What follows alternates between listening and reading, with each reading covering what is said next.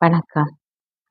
இன்றைக்கு திருவிவிலியத்தில் காணப்படுகின்ற 2 பிரிவுகளில் ஒன்றானது முதல் ஏற்பாடு. இந்த முதல் ஏற்பாடில் வருகின்ற முதல் 5 நூல்களும் ஐநூல் என்று சொல்லப்படுகிறது. இந்த ஐநூலை பற்றி தான் பார்க்க போறோம். இந்த ஐநூல் என்பது தொடக்க நூல், விடுதலை பயணம், லேவியர்,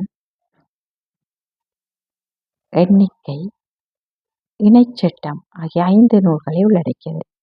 இந்த ஐநூல்கள் ஐநூல், தோரா, பஞ்சாகமம், திருச்சட்டம், மோசேயின் சட்டம் என்று அழைக்கப்படுகிறது. இந்த ஐநூல்களில் இருக்கக்கூடிய விடயங்கள் என்ன?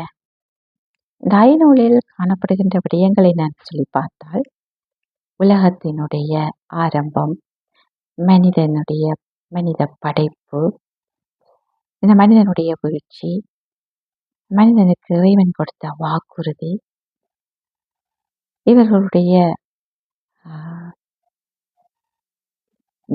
பாவத்திலிருந்து விழுந்து இறைவனோடு உடைத்து கொண்ட அந்த இறை உறவிற்குள் மீண்டும் அவர்கள் உள்வாங்கப்படுவதற்காக அவர்களுக்கு இறைவன் கொடுத்த மீட்பின் வாக்குறுதி, இந்த மீட்பின் வாக்குறுதியை நிறைவேற்றுவதற்காக இறைவன் வகுத்த மீட்பின் திட்டம்,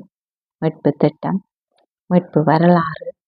இந்த மீட்பு வரலாற்றில் ஆரம்ப கர்த்தாக்களாக இறைவனால் அழைக்கப்பட்ட குலமுதுவர்கள், இந்த குலமுதுவர்கள் ஊடாக இறைவன் தன்னுடைய பராமரிப்பையும் அன்பையும் பாதுகாப்பையும் வெளிப்படுத்திய தருணங்கள். இந்த இஸ்ராயேல் மக்கள் ஆபிரகாம், ஈசாக்கு, யாக்கோபினுடைய வழித்தோன்றல்களாக காணப்படுகிற இஸ்ராயேல் மக்கள் எகிப்து நாட்டில் அடிமைகளாக அவர்கள் வதைக்கப்பட்ட பொழுது அந்த அடிமைத்தனத்திலிருந்து அவர்களை விடுவித்து கொண்டு வருவதற்காக இறைவன் அனுப்பிய மோசேயின் வரலாறு.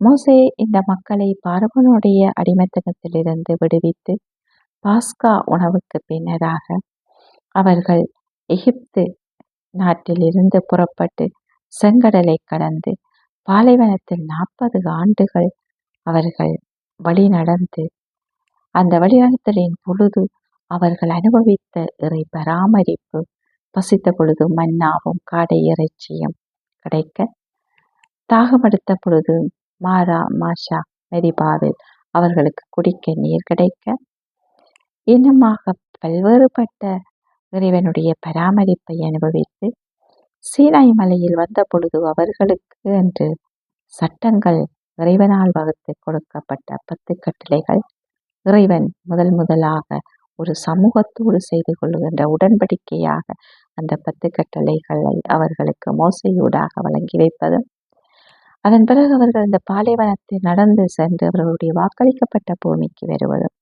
அங்கு அவர்கள் இறைவனால் அவர்களுக்கென்று வாக்களிக்கப்பட்ட அந்த கானான் பிரதேசத்தில் அவர்கள் குடியேறுவது போன்ற கதைகள், நிகழ்வுகள் இந்த ஐநூலில் கூறப்படுகிறது.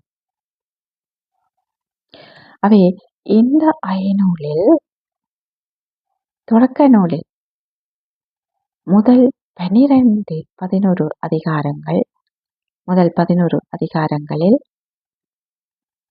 அங்கு கூறப்படுகிற கதைகள் கற்பனை கதைகளாக, புனைக்கதைகளாக, புராண கதைகளை தழுவியதாக விஷயங்கள் கொடுக்கப்பட்டிருக்கிறது. இவற்றை பற்றி நாம் ஆராய வேண்டிய அவசியமில்லை. ஆனால் அங்கு கூறப்படுகிற இறையியல் கருத்துக்களை நாங்கள் உற்று நோக்க வேண்டும்.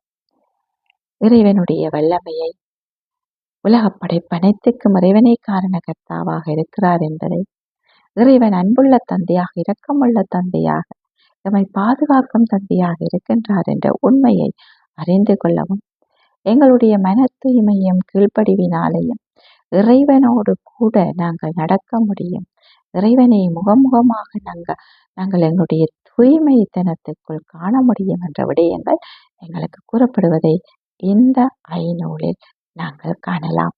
திருவிவிலியத்தில் இந்த ஐநூல் முக்கியமானது.